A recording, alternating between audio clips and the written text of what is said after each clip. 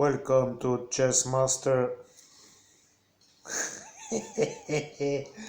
Mes chers amis, comment allez-vous? Je suis votre humble serviteur, Monseigneur Christophe Albert, évêque de l'Universelle Fraternité, fondé par l'abbé Julio, et je suis heureux d'être avec vous en ce jour, puisqu'en ce jour nous pouvons communiquer dans le sens où nous parlons facilement. Voilà, nous parlons facilement, et vous êtes heureux d'être avec moi. Et vous avez la vérité sur tout ce que vous avez demandé. Et voilà, donc tout le monde est plus ou moins heureux. Il suffit d'attendre pour avoir la réponse. Il suffit d'attendre. Je disais, il suffit d'attendre pour avoir la réponse.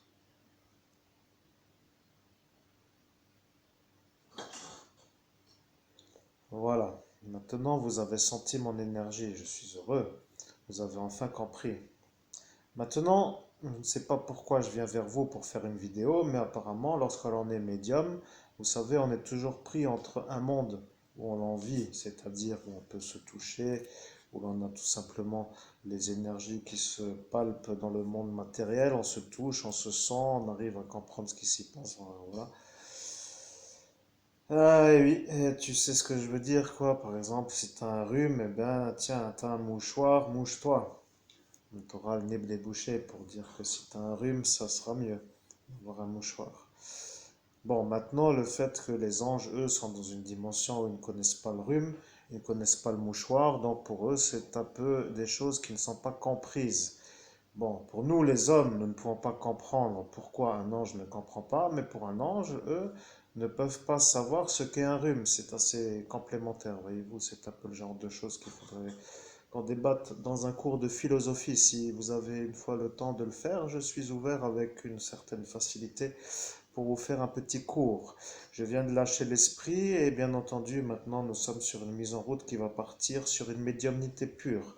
Encore une fois, une médiumnité pure signifie une médiumnité sans interruption. Nous allons volontairement définir une manière de faire, mais si nous sommes interrompus par une sonnette, nous devons mettre pause et nous reprendrons après, puisque c'est un peu cela. Voilà, nous sommes aujourd'hui heureux de vous retrouver et nous sommes sûrs que vous allez y arriver, c'est-à-dire que vous allez y arriver à ne plus nous embêter. Cela veut dire aussi que maintenant nous sommes obligés de faire les demandes à votre façon. Tant que cela ne vous dérange pas, vous n'arrêtez pas. Et si ça vous dérange, vous arrêtez. C'est un peu comme cela qu'il faut travailler avec certains. Nous sommes des anges, notre médium le savait depuis bien longtemps et nous l'a dit, nous l'avons mis en doute. Cela veut dire que nous ne croyions pas et nous avons vérifié avec la durée et nous sommes arrivés à la même conclusion. Si ça ne vous dérange pas, c'est que vous n'arrêtez pas. Donc si il veut que ça s'arrête, il faut que cela vous dérange. Donc si ça vous dérange, ça que cela va arriver et donc vous allez arrêter.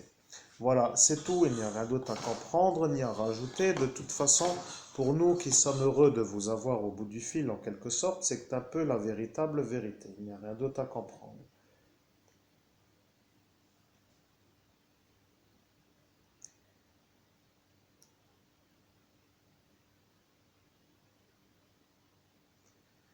Maintenant, oui, au nom de Jésus-Christ, je commence à comprendre que maintenant votre problème, pour ceux qui ne veulent pas arrêter, et là c'est moi, Christophe Albert, qui parle, c'est que vous avez mobilisé tout ce qu'il fallait pour que je ne réussisse pas à partir et que je reste ici, mais maintenant votre problème, c'est justement que je suis dans votre environnement et que je ne peux plus m'en extraire, et ça devient de nouveau votre problème, et donc ça va de nouveau vous déranger.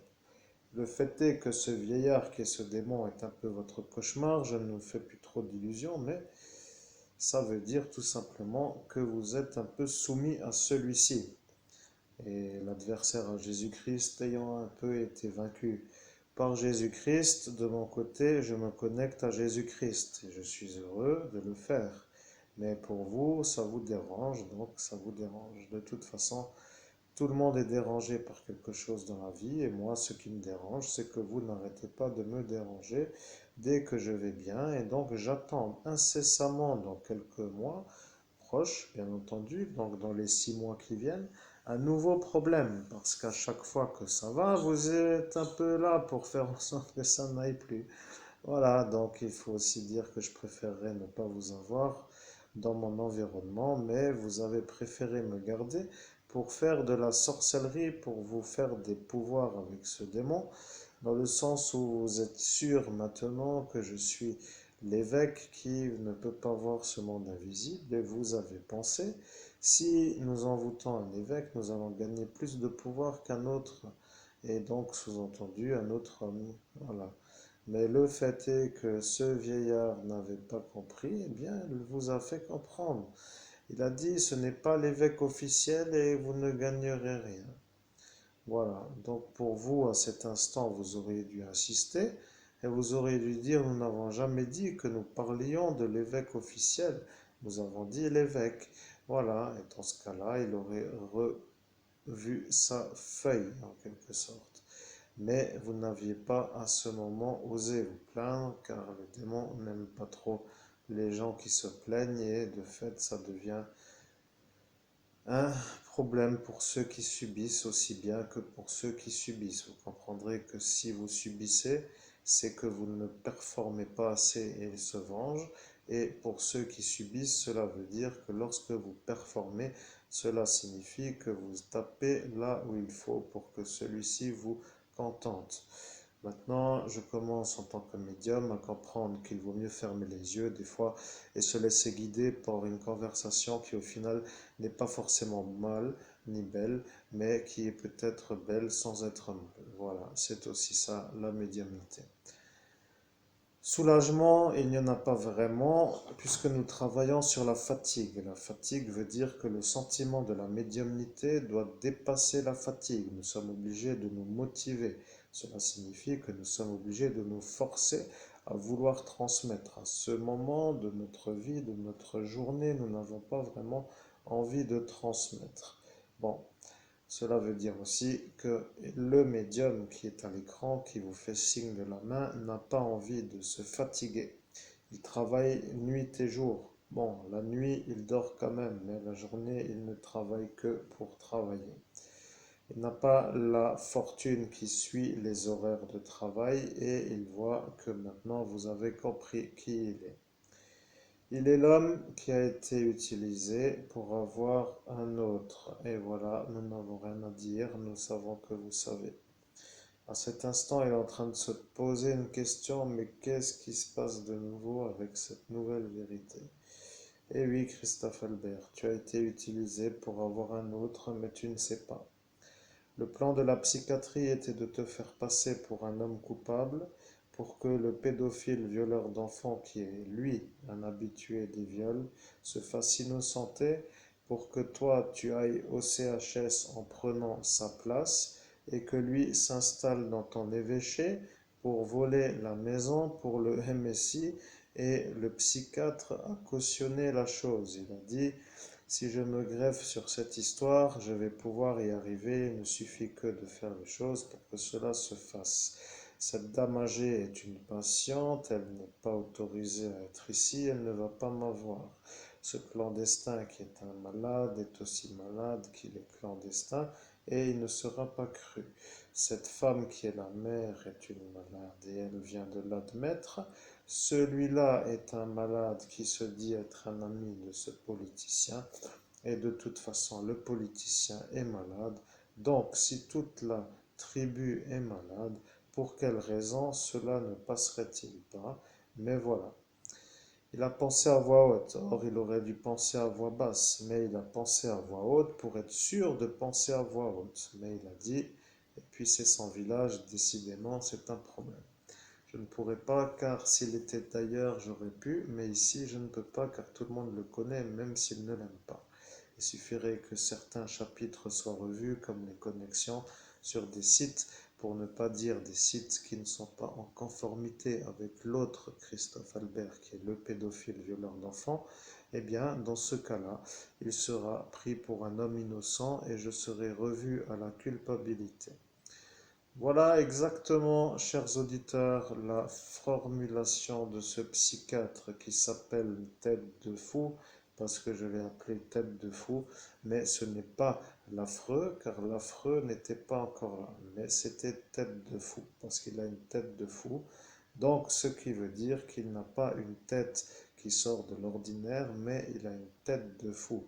Ça veut dire que quand il commence à réfléchir, sa tête commence à enfler dans ce monde invisible et il est vu toujours comme un homme qui a une genre de tête assez difforme avec des choses qui s'affichent et ça ressemble plutôt à une tête qui ressemblerait à une genre d'autre chose qu'une tête. Ça ne savons pas comment formuler la chose, mais ça ressemblerait à une genre de corps humain avec une tête qui ressemblerait à un genre de virus comme le HIV, mais avec des pointes qui finissent parfois en pointe, donc un genre de cône avec le bout de la pointe qui représenterait la fin de la pointe en quelque sorte, la base large étant sur le crâne. Voilà, imaginez-vous plein de chapeaux de fête mis en tête à tête, c'est-à-dire vous mettez vos chapeaux de carnaval avec l'idée que vous en avez.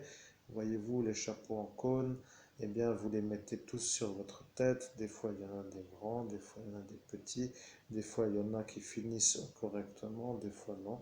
Des fois ça finit comme un chapeau en pointe, donc en cône, et des fois ça finit en autre chose, c'est-à-dire des genres de fils qui dans le monde invisible s'affichent comme étant une extension de sa tête. Donc en quelque sorte, lorsqu'il réfléchit à des choses bizarres, cela s'affiche. Voilà, c'est ça. Et donc il n'y a rien à rajouter, mais le problème est qu'il a commencé à s'y croire et il a dit je vais finir par y arriver même si ce détail devrait être revu. Voyons comment je pourrais faire. Il a réfléchi, il a dit je vais essayer quand même, mais ça m'étonnerait que ça marche. Et au final, si je n'y arrive pas, je n'ai qu'à dire que je me suis confondu dans mes dossiers et que je voulais avoir le pédophile en sachant que de toute façon il n'y aura pas, mais vous me demandez pourquoi j'insiste, puisque celui-là ne peut pas être condamné, donc ils vont me chercher des noises. Voilà, des noises, a-t-il dit. Donc maintenant, je suis un peu content de vous dire qu'un médium qui travaille est un médium qui transmet, mais un médium qui transmet ne transmet pas toujours ce que lui voudrait transmettre. Donc il faut vérifier pour quelle raison ce monsieur n'arrête pas de vouloir voler la maison pour le MSI, parce qu'apparemment c'est son ambition. Sachez, chers auditeurs, que vous discutez avec le meilleur médium de France qui revient sur une affaire délicate. Vous savez qui je suis, vous savez qui je suis, mais vous ne voulez pas dire qui je suis par rapport à certains autres problèmes. Nous avons la liste des problèmes et nous comprenons, mais notre problème vient du fait que nous voulons que ces fous arrêtent de nous embêter et ils ne veulent pas s'arrêter sauf quand ça les dérange. Donc, si ça ne les dérange pas, ils ne s'arrêtent pas et si ça les dérange, ils s'arrêtent. Maintenant, nous allons devoir les déranger parce que sinon ça ne va pas s'arrêter. Nous avons voulu vérifier, mais ils ne veulent pas, donc nous allons devoir agir pour qu'ils arrêtent. Nous sommes des anges et nous sommes en train de conventionner de la bonne façon pour faire en sorte qu'ils arrivent à s'arrêter. Lui, cela veut dire que ce logiciel Amphora va être un vrai problème. Si l'homme à l'écran est le seul à avoir été chargé de fausses accusations sur la base de la stratégie mise en place pour le faire porter le chapeau d'un pédophile, dans ce cas-là, il n'y aurait peut-être pas trop à s'inquiéter. Mais si ce logiciel Amphora est utilisé d'une manière régulière pour enfoncer des gens qui ne vont pas sur des sites pédophiles comme l'homme qui est en train de vous parler, et que tous les autres qui, eux, se sont fait charger de ces accusations n'ont pas pu avoir gain de cause en disant qu'ils étaient innocents, cela voudra dire que cela pose un problème. Notre homme se gratte le front, il a les yeux fermés, il n'en peut plus dans le sens où finalement il se laisse entièrement dicter la conversation. Il n'a plus besoin de son pendule car l'ange est en train de prendre le relais et il se détend absolument. Maintenant, disons aussi qu'un homme est un homme lorsqu'il est vu avec un homme. C'est faux, l'homme est un homme lorsqu'il est vu avec une espèce de vie. Point. Il n'y a pas à mentir, vous avez menti. Certains ont dit des choses et ils ont dit que cela devrait être cela, mais c'est faux. Donc il n'y a rien à rajouter. Nous devons vivre et nous devons vivre, mais le problème avec le nous devons vivre vient justement de nous devons vivre, car si nous vivons, nous les dérangeons. Ce sont des gens qui ne veulent pas que nous vivions pour que eux puissent être vus comme des gens qui font des choses utiles. Car lorsque nous commençons à vivre, ils se voient humilié par la réussite qui vient dans le futur, puisque ce monsieur avec sa boule de cristal regarde toujours le futur pour voir comment va réussir tel ou tel projet professionnel. Et c'est vrai que de fait, il faut réfléchir, car si à chaque fois il voit le futur et qu'il voit le succès et qu'il met des éléments pour nous détruire, dans le sens où nous arrivons au succès, cela va poser encore une fois une interrogation. Pourquoi n'arrive-t-il pas à s'arrêter? Eh bien, le médium à l'écran est fatigué de se répéter car il a compris. Ce monsieur est un non baptisé qui a fait un pacte avec le démon pour détruire un évêque et il est devenu évêque. Voilà, pour y arriver d'une bonne façon, il s'est organisé pour que la vision du monde invisible ne puisse pas lui être donnée. Comme ça, eh bien, il n'a pas d'inquiétude. Voilà, c'est tout, il n'y a rien d'autre à rajouter. C'était cela, sa façon de faire. Il a dit la chose suivante à celle-ci, qui est cette chauffeuse de bus pour ne pas la nommer. Donc il a dit à celle-ci, je vais devoir vérifier s'il est possible que l'on se comprenne pour faire quelque chose, c'est-à-dire faire quelque chose pour qu'un sorcier ne sorte pas. Est-il possible que l'on se comprenne? Voilà, elle a dit oui, pourquoi pas, qui est-il? Eh bien, elle a dit, c'est le fils à ma sœur.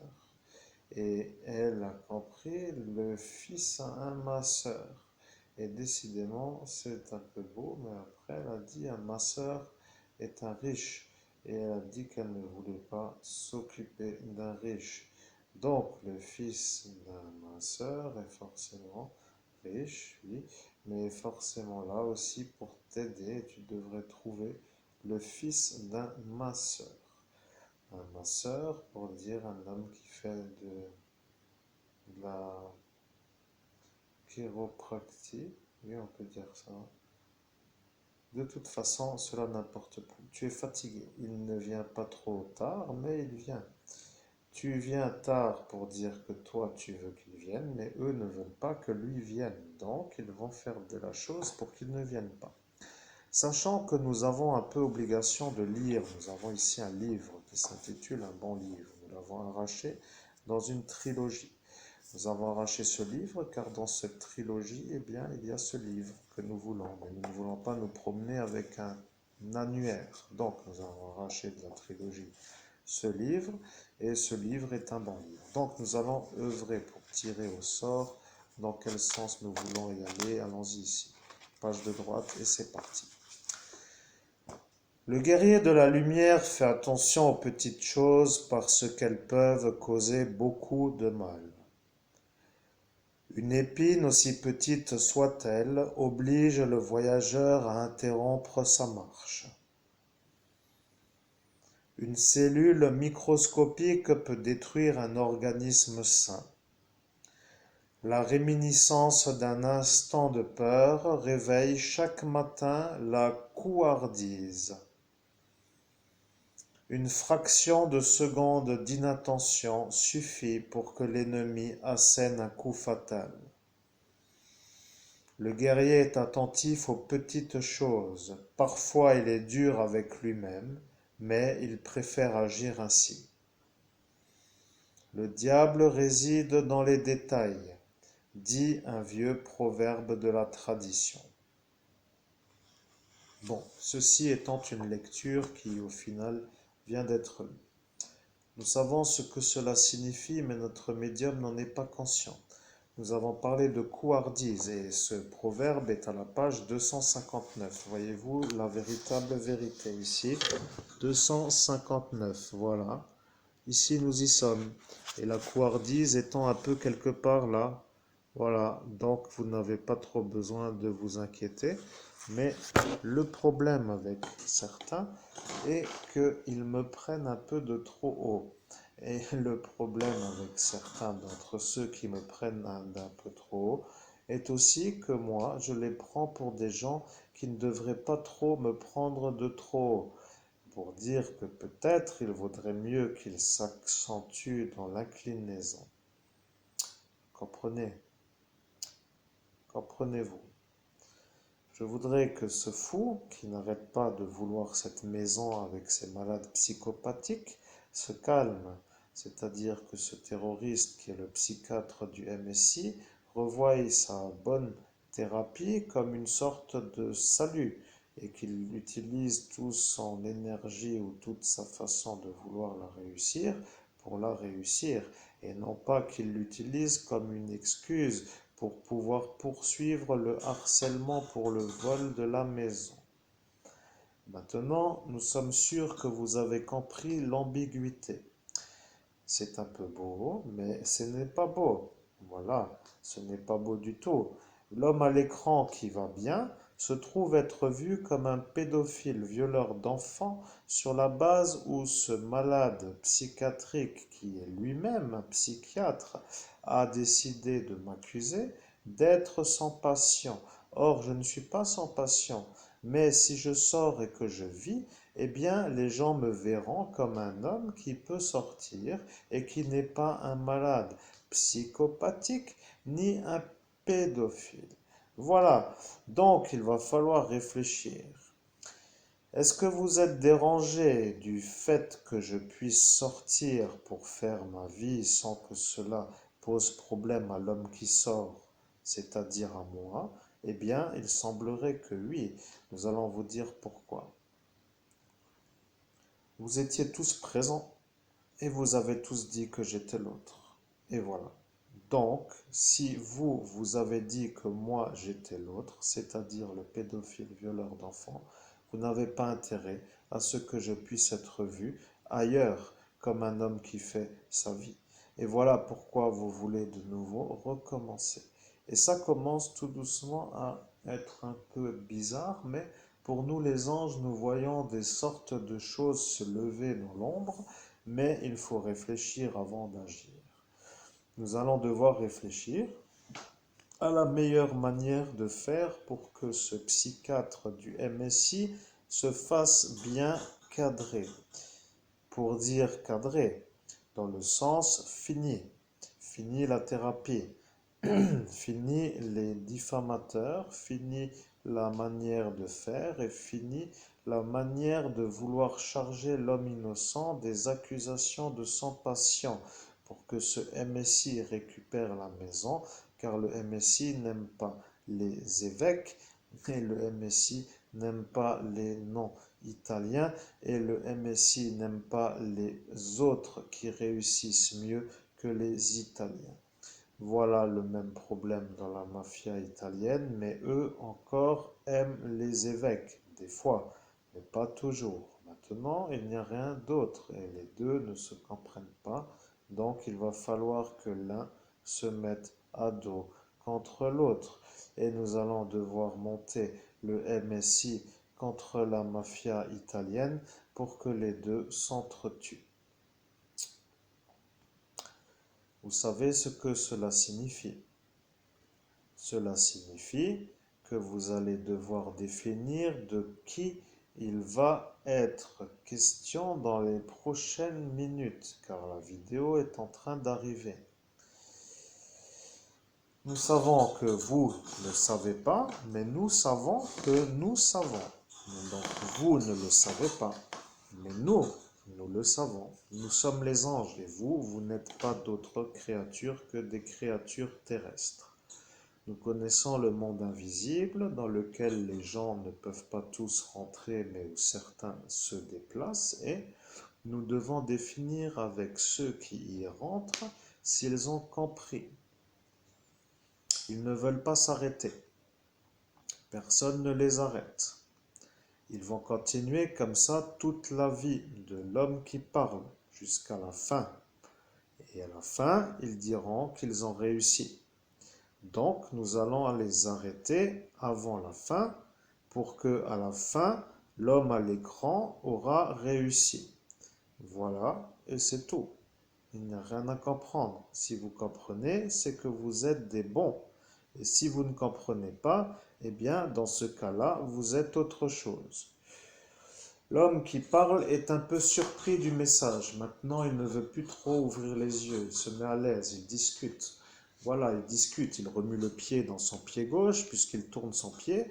Il regarde en l'air, il ne regarde plus ailleurs et au final, il se sent bien. Il se sent bien. Mais eux ne le sentent pas. Ce ne sont pas des gens bien. Ce sont des gens qui font des vols. Et ils utilisent leur fonction préférentielle ou leur fonction professionnelle, pardonnez-nous, comme il est convenu sur cette planète de dire qu'un homme qui travaille a une profession, ce sont les avantages de la profession. Rappelez-vous une chose, mes chers auditeurs, si la psychologue Afida n'avait pas utilisé son crayon à papier pour, comment dire, rappelez-vous de certains films ou de votre enfance, lorsque vous faisiez certainement la chose. Vous écriviez sur un bloc-notes une phrase, par exemple maison. Vous arrachez la feuille.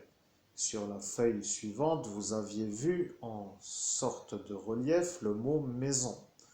Et si vous preniez à cet instant un crayon et que vous coloriez cette feuille, vous auriez vu en écriture blanche le mot maison. Donc, vous auriez vu un mot s'afficher en coloriant. Donc, vous aurez écrit en coloriant. Mais, pour que les choses soient claires, il faut entendre l'explication. Voilà qu'elle vient d'être donnée. Et ce psychiatre nous a dit la chose suivante. Il a dit, personne n'écrit en coloriant, vous êtes fous. Arrêtez, ça suffit. Maintenant, je vais vous mettre en internement. De toute façon, cher monsieur, vous êtes fou. Sachez-le, vous avez un réel souci, dans le sens véritable. Vous croyez ne pas avoir de souci, mais nous vous voyons. Vous êtes vraiment un vrai malade qui fait une vraie thérapie. Le problème vient maintenant du psychiatre qui fait la thérapie au psychiatre. Et je sais que ça va vous convenir, mais nous devons accélérer car le temps est aussi à l'upload. Donc il faut devenir un uploader conditionnellement un peu intensif et régulier pour que les gens comprennent. Le psychiatre qui voulait se faire entendre comme un homme qui était sain d'esprit est un malade, qui fait lui une thérapie, mais il ne le dit pas, car le professionnalisme de la profession veut que pour être psychiatre, nous ne devons pas dire que le psychiatre fait une thérapie. En clair, cela est interdit.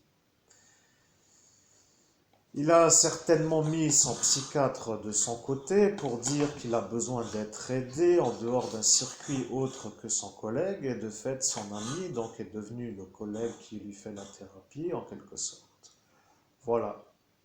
Maintenant, nous ne sommes plus vraiment dans notre appartement.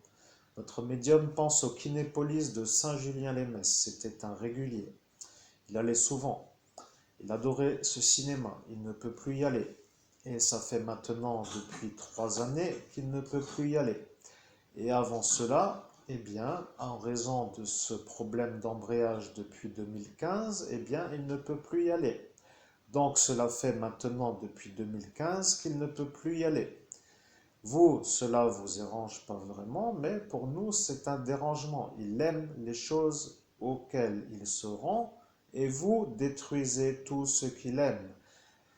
Le problème avec certains, c'est qu'ils ne comprennent pas. Et le fait qu'ils ne comprennent pas prouve aussi qu'ils n'ont aucune raison soit de vouloir comprendre, soit de chercher à comprendre. Et n'ayant pas vraiment d'obligation à chercher, ils ne peuvent pas comprendre. Nous sommes des réguliers. Nous allions au cinéma Saint-Julien d'une manière régulière.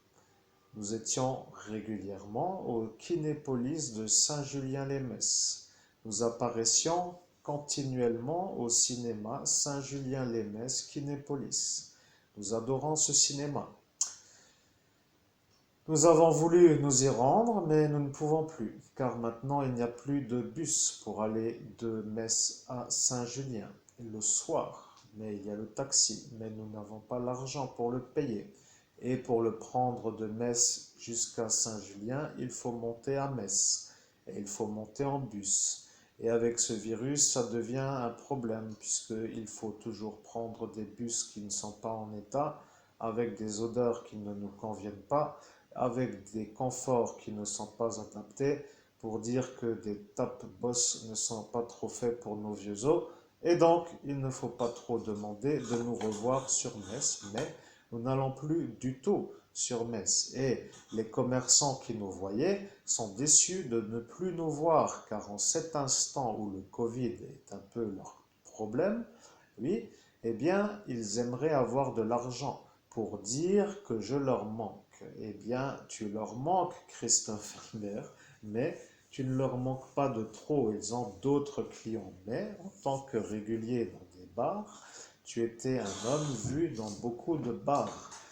Tu dois donner la liste des bars et comme ça, ils vont vérifier si tu allais souvent dans certains d'entre eux pour dire que oui, tu allais au Pasta Mano. Oui, tu allais au Subway. Oui, tu allais voir cette boulangerie. Nous ne savons plus comment elle s'appelle, mais celle qui est sur la grande avenue de Metz, dans cette centre-ville, certainement la rue Serpenoise, à côté du photographe qui s'appelle Fox. Et nous ne savons plus, c'est une mi-gourmande ou on ne sait pas, quelque chose sur 2 étages. Avec des sièges en cuir et des banquettes. Voilà, ici. Ici, tu allais souvent. Tu allais souvent au French Coffee Shop. Tu allais souvent au Vivian's Bar. Tu allais souvent à l'Irish Bar. Tu allais souvent au Bar Saint-Jacques. Tu allais des fois à cette espèce de bar qui s'appelle un endroit cauchemardisant pour dire que c'est dans ce monde parallèle un genre d'autre chose qu'un bar. Mais pour ceux qui n'y rentrent pas, ce n'est rien d'autre qu'un bar. Donc nous ne pouvons pas trop dire de quel bar il s'agit. Mais il faut dire aussi qu'il est près du Chavakiar, c'est-à-dire le vendeur, qui se trouve être dans le centre Saint-Jacques. Nous allions régulièrement visiter ce vendeur. Et nous allions aussi au Kangourou, qui est le bar Kangourou. Nous allions moins souvent au White, mais des fois, pourquoi pas, des fois oui. Maintenant, un peu pour dire que la liste du centre-ville est faite, et des fois, il y a des bonnes remontées. Tu étais des fois dans des salons de thé, mais pas toujours, mais des fois oui, des fois non. Cela veut dire aussi que tu fais ta vie. Tu trouves des endroits dans lesquels tu peux t'installer pendant le temps où tu récupérais de ton désagrément de ces 10 années de harcèlement incessant sur la base d'un problème de festival. Et nous clôturons volontairement le chapitre. Donc, ces désagréments se cumulant, notre homme veut se détendre, et pour se détendre, il doit sortir de ce lieu qui s'appelle son village, car ils sont malades et ils ne l'aiment pas, et personne ne le voit, personne ne le veut, personne ne l'aime, et de fait, il a trouvé son bonheur à Metz. Mais ces sorciers détruisent toujours le bonheur. Ce sont des sorciers qui détruisent le bonheur des gens qui ont du bonheur. Voilà leur travail. Et pour y arriver, ils utilisent un autre système, pour ainsi dire. Ils regardent dans une boule de cristal et ils demandent où est ton bonheur. Et ils disent toujours la même formule. Celui-là dit toujours la même phrase. Il dit toujours, je suis tel sorcier, je demande à ce vieillard, pour ne pas dire le, D, I, A, etc. Où est ton bonheur? Il dit, je suis le sorcier qui s'appelle Gaston, espace, et ne dit pas son nom, il se reconnaîtra. Eh bien, il dit toujours, je suis le sorcier et je demande au DIA où est le bonheur à c'est monsieur qui parle, c'est-à-dire moi, et c'est Christophe Albert. Voilà. Mais il précise toujours le fils à sa sœur, pour ne pas qu'il soit pris pour un mauvais devin, puisque l'autre est le patient de ce psychiatre. Voilà. Et il y voit tout ce qu'il te fait plaisir, et lui, en tant que sorcier ou envoyé de l'enfer, pour dire que c'est le stade supérieur, eh bien, détruis tous tes endroits où tu as du bonheur, ou t'en empêche de t'y rendre, ou ne fais pas trop les choses pour que les gens t'apprécient. Maintenant, il aime les gens qui boivent des expressos. C'était un peu vrai, mais c'est surtout pour dire que c'est tout à fait le contraire. Il adore les gens qui boivent des expressos car il ne supporte pas les gens qui boivent des expressos. Il va devoir réfléchir à la manière qu'il doit faire pour dire continue à te nuire puisqu'il est protégé par la magistrature. Nous savons qu'un médium qui transmet un message s'arrêterait volontiers lorsque le message incriminerait les gens de sa famille, mais lui voit que le message est intelligent et que c'est intéressant et que ça permet à certains de se faire voir aussi tels qu'ils sont, mais il est aussi à l'affût d'une découverte sur qui est vraiment là pour l'aider au sens aider véritablement avec le plaisir et l'envie que ça aille bien, ou qui est là pour l'aider pour que ça aille de travers ou que ça n'aille plus. Donc, celui-là est un envoyé de l'enfer qui utilise une boule de cristal pour regarder le futur dans la vie de l'homme qui est en train de transmettre un message à la vidéo et qui vous fait signe encore une fois. Eh bien, il utilise cette chose pour voir ce qu'il s'y passe. Et le dé lui dit toujours où est le bonheur. Et après, il agit. Et il agit pour détruire ton bonheur. Donc, il a vu Kinépolis, il a vu Kinépolis. C'était un cauchemar, car lorsque les Algériens du service de sécurité de ce cinéma voyaient toujours arriver le même dans ce monde parallèle, eh bien, ils en avaient marre. Voilà, il disait que c'était toujours le même qui venait, mais toujours pour toi. Il ne t'aime pas. Il a dit, je ne sais pas pourquoi je l'aime, et maintenant tu vas devoir lui rappeler la conversation des poires. Mesdames et messieurs, nous sommes aujourd'hui lorsque le petit garçon qui s'appelle Christophe Albert avait environ 5 ans. 5 ans est un jeune âge. 5 ans est un âge où l'âge est un peu avant la mise en conformité d'un scolarisme. Voilà, c'est un peu jeune.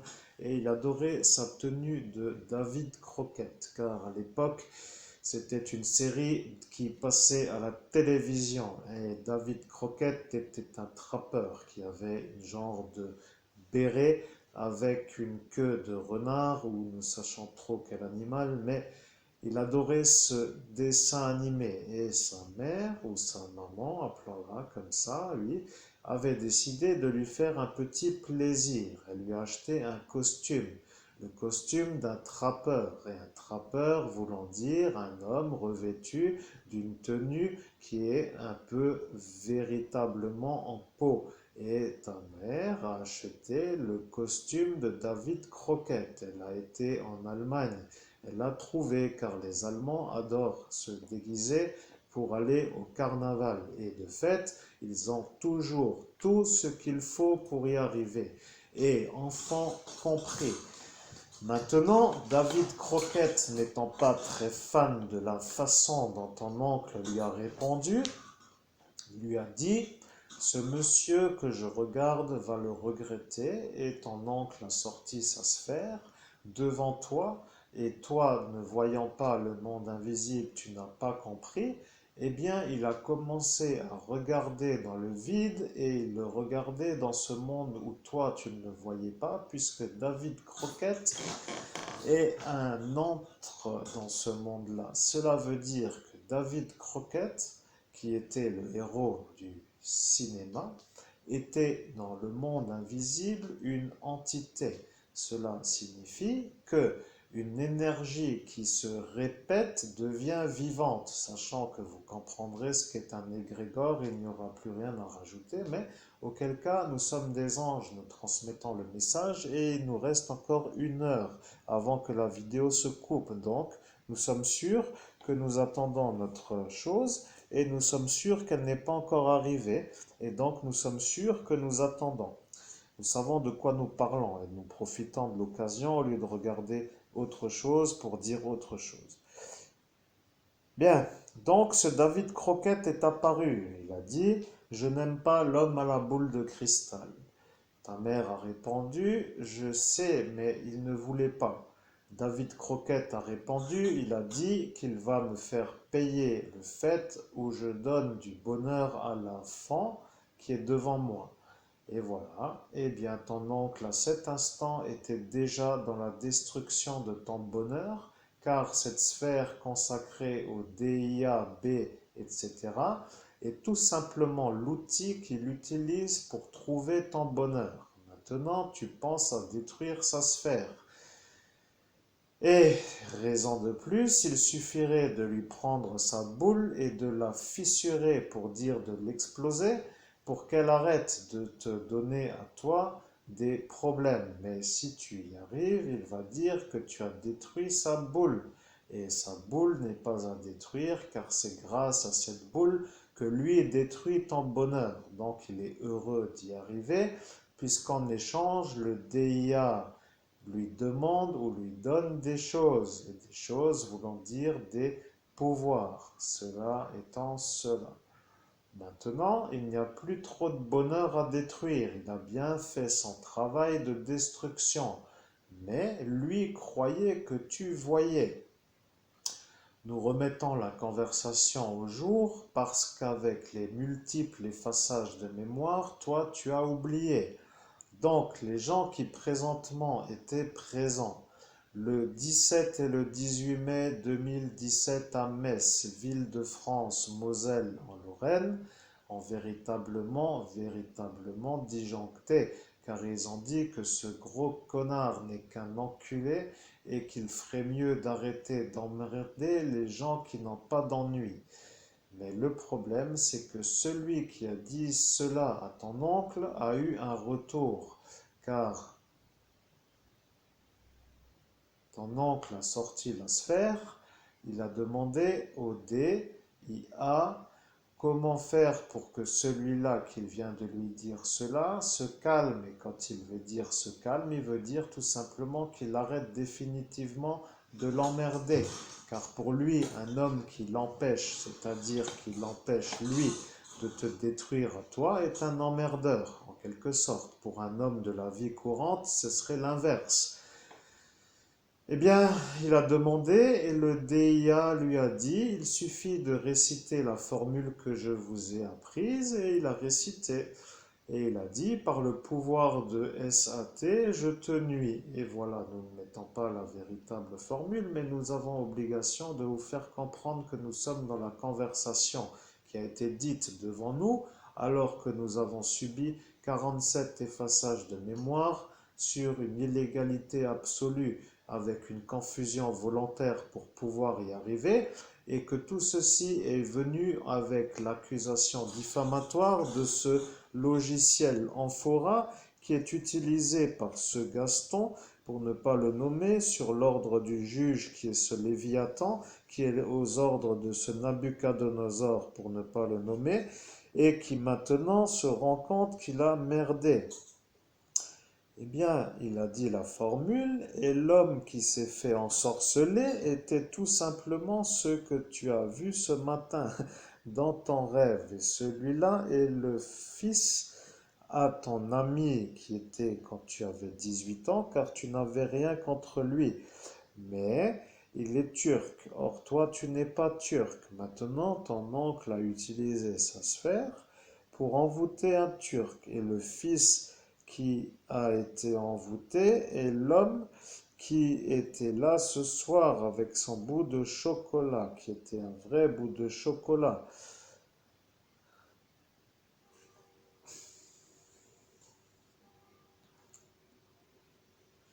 comprenant que tu en as marre, mais il faut dire aussi que quand un fou veut décidément faire les choses pour que tu disjonctes, il s'y prend de la bonne façon. Sa facilité de voir ton futur. Donc à chaque fois que tu visualises, car les gens disent toujours que pour arriver à un résultat, il faut se visualiser à faire les choses, eh bien, dès que tu visualises, il y a des spectres qui apparaissent à l'endroit où tu visualises. J'explique la chose à la façon où certains qui peuvent se mettre dans une démarche de compréhension pourraient se poser des questions. Pourquoi cela est-il cela? Eh bien, ce monsieur ne veut pas que toi, qui transmets en cet instant, aies du bonheur. Et voilà son travail. C'est un destructeur de bonheur. Voilà qui il est dans ce monde invisible. Et tu viens de l'entendre. Il dit, je suis le destructeur de bonheur. Et voilà que le mot bonheur, pour lui, est un cauchemar car il est dans la dimension opposée à l'énergie. Donc pour lui, le bonheur n'est pas une énergie à avoir. Donc il va falloir que tu te visualises à faire des choses dans des endroits habituels. Et sans y aller, tu vas leur renvoyer le spectre qui est le sien parce qu'il voit ce que tu penses. Et il a dit, si tu te revisualises au Kinépolis, je te vais te... Et il n'a rien dit d'autre. Et voilà. Mais tu dois te visualiser au Kinépolis. Et voilà que tu y es. Et tu vois que tu es aux caisses, dans les toilettes à peu près, mais il n'y a rien pour l'instant. Mais tu n'as rien à visualiser, car pour l'instant tu n'as pas encore vu ce qu'il se passe lorsque lui apparaît au Kinépolis. Eh bien, disons-nous les choses à notre façon ou continuons-nous à ne pas le dire? Le Kinépolis est une entité dans ce monde invisible qui apparaît comme une bonne énergie aux yeux du commun des mortels puisqu'il diffuse du bonheur, car cette entité a été créée par des ouvriers, sous-entendu des ouvriers, mais des ouvriers qui savent créer une entité. Voilà que certains ont compris. Voilà que l'égrégore Kinépolis voyait toujours ton oncle arriver avec son énergie de destruction pour dire qu'il devait ne pas être heureux, donc lui devait te détruire le bonheur. L'entité Kinépolis a réussi à localiser ton oncle. Ils ont dit, le monsieur arrive avec toujours la même intensité sur la présence de celui-là. Et ce soir sur le vortex, ayant été présent avec tout le monde, mais lui aussi, eh bien, l'entité Kinépolis a dit, je confirme que le harcelé était l'homme qui est en train de parler et qui vous fait signe, et que le harceleur était son oncle, c'est-à-dire ce Gaston avec sa sphère. Voilà. Ils ont dit cela, donc ils n'ont pas trop d'autres choses à rajouter. Le monde invisible le sait, et il a dit, je m'en fous, de toute façon, je travaille. Et voilà qu'en disant cela, il a été pris pour un policier qui travaillait sur quelque chose. Et la police, à cet instant, a demandé, mais sur quoi vous travaillez? Et il a dit, je travaille, je n'ai pas à expliquer sur quoi.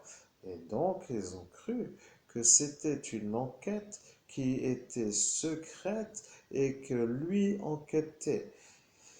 Et la police nationale a décidément un problème parce qu'à chaque fois que la police nationale arrive avec l'énergie de vouloir savoir, ton oncle sort cette sphère et demande toujours au DIA comment faire pour que eux n'arrivent pas.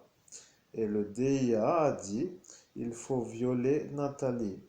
Nathalie étant sa fille, et il a dit, je ne peux pas le faire. Je suis officiellement internable. Il a dit cela pour dire qu'il pouvait le faire. Et le fait de dire cela a prouvé qu'il était en accord avec ce DIA et il a dit, viens voir ici, je dois te causer. Elle est venue, elle a dit quoi? Maintenant, elle va dire que tu mens car elle ne veut pas l'humiliation, mais tu dois laisser la vidéo pour le public. C'est malheureux, mais tu es un médium et tu travailles en diffusion pure. Tu es un médium. Tu es le meilleur médium de France et celui qui dit que tu ne l'es pas est un menteur. Voilà notre version et voilà pourquoi cette Nathalie était présente avec le substitut de Saint-Avold.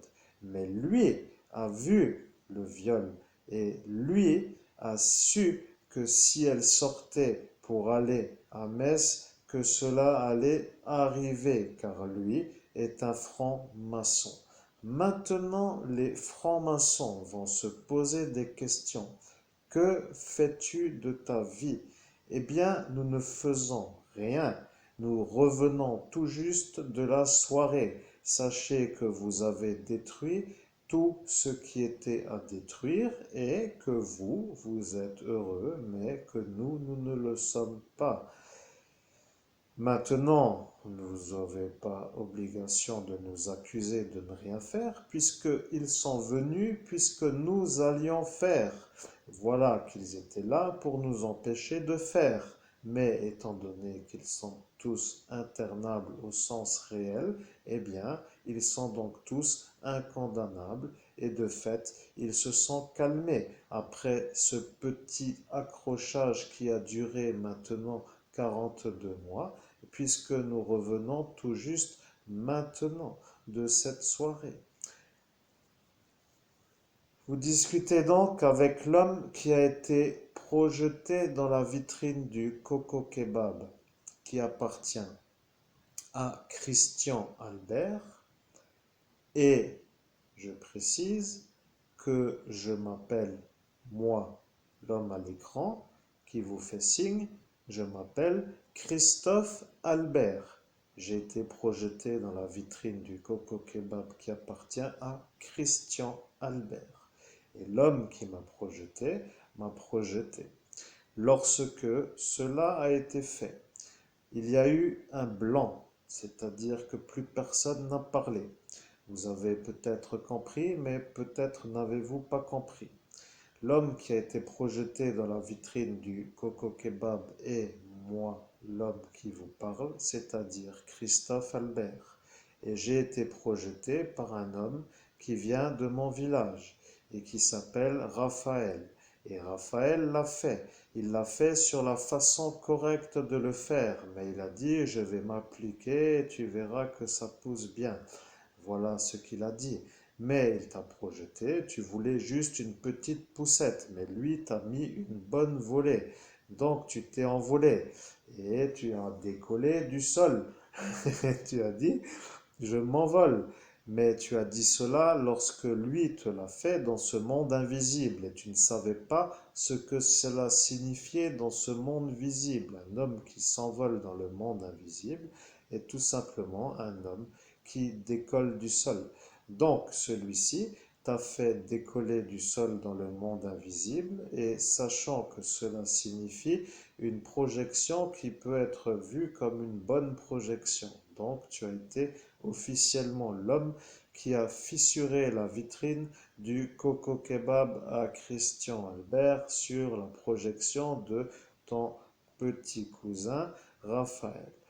Maintenant, tu lui as dit de le faire, car à cet instant, le président de la République, Emmanuel Macron, discutait avec ton homonyme Christophe Albert. Voilà. Donc, Christophe Albert, l'homme qui discutait avec le président de la République et qui était venu pour faire un viol dans une rue, a été remercié des remerciements nationaux sur la base où il a découvert le cadavre d'Estelle Mouzin. Et l'homme qui a découvert le cadavre d'Estelle Mouzin est tout simplement moi, l'homme qui parle et qui vous fait signe à l'écran. Et donc l'homme qui est en train de fermer les yeux car il en a marre d'avoir les yeux ouverts car il est fatigué, a tout simplement découvert l'endroit où le cadavre d'Estelle Mouzin, la petite fillette qui disparut dans les années 2000, avait fait des affichages intempestifs lorsqu'il y avait eu une vague de recherche qui a finalement été vue comme une volonté farouche de retrouver l'enfant. L'enfant n'a jamais été retrouvé. Elle a été retrouvée lorsque tu as fait la médiumnité. Ils ont dit la chose suivante: nous venons de voir l'ordination d'un évêque qui a un don de médium. Pourquoi ne pas demander à ce médium qui vient d'être ordonné évêque s'il peut trouver le cadavre de cette Estelle Mouzin, puisque cela lui permettrait de prouver qu'il est médium. Et de fait, nous ne serions plus dans le doute. Donc, vous avez voulu que cela se passe de la façon correcte. Donc, cela a été fait de la façon correcte. Maintenant, nous sommes sûrs que le problème ne vient pas trop de ma façon de faire, mais de la manière dont vous avez voulu nous faire passer pour des menteurs. Voilà, vous nous avez dit, le problème ne vient pas trop de votre découverte, le problème vient de notre manière de vous demander la chose en dehors d'une enquête. Voilà que tu as trouvé le cadavre à l'endroit exact où il était nommé. Et ils ont dépêché sur l'affaire une brigade de plongée. Tu dois dire que ta brigade de plongée doit se rappeler de l'information, car ils connaissent ta voix. Tu dois demander à la gendarmerie. Oui, ne dis pas ça, mais ils ont compris que tu commences déjà à te braquer quand tu penses à eux, parce qu'à chaque fois, ils t'accusent d'être l'autre pour que eux ne se fassent pas avoir non plus. Donc tu commences à comprendre les ficelles. Mais la brigade de plongée a dit: nous allons faire ce que vous nous dites. Mais s'il n'y a rien, voulez-vous payer la plongée? Car une heure de sortie coûte une certaine somme. Tu as réfléchi et tu leur as dit la chose suivante. Tu leur as dit: messieurs, je suis le médium qui vient d'avoir le don de médium.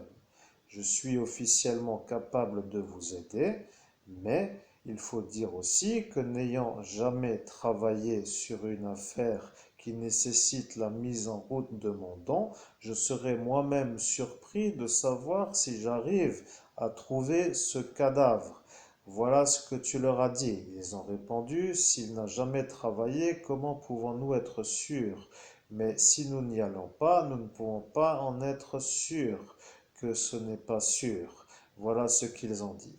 Maintenant, vous devez vérifier, car je commence à en avoir tout doucement marre de me faire accuser d'être un faux médium, d'être un vrai pédophile et d'être un enculé de première parce qu'il me traite à moi d'être un homme qui fait des viols et qui fait des choses avec des enfants alors que je ne fais strictement rien. Et ce sont tous ce troupeau de malades qui sont tout simplement en train de répéter les choses que le psychiatre leur dit de faire, qui lui est leur psychiatre, mais qui fait une thérapie pour auquel cas ça lui reviendrait de ne pas se faire avoir. Donc, nous sommes arrivés au moment où nous sommes arrivés. Je vais pisser et je reviens. Je fais pause parce que je commence à en avoir besoin de pisser.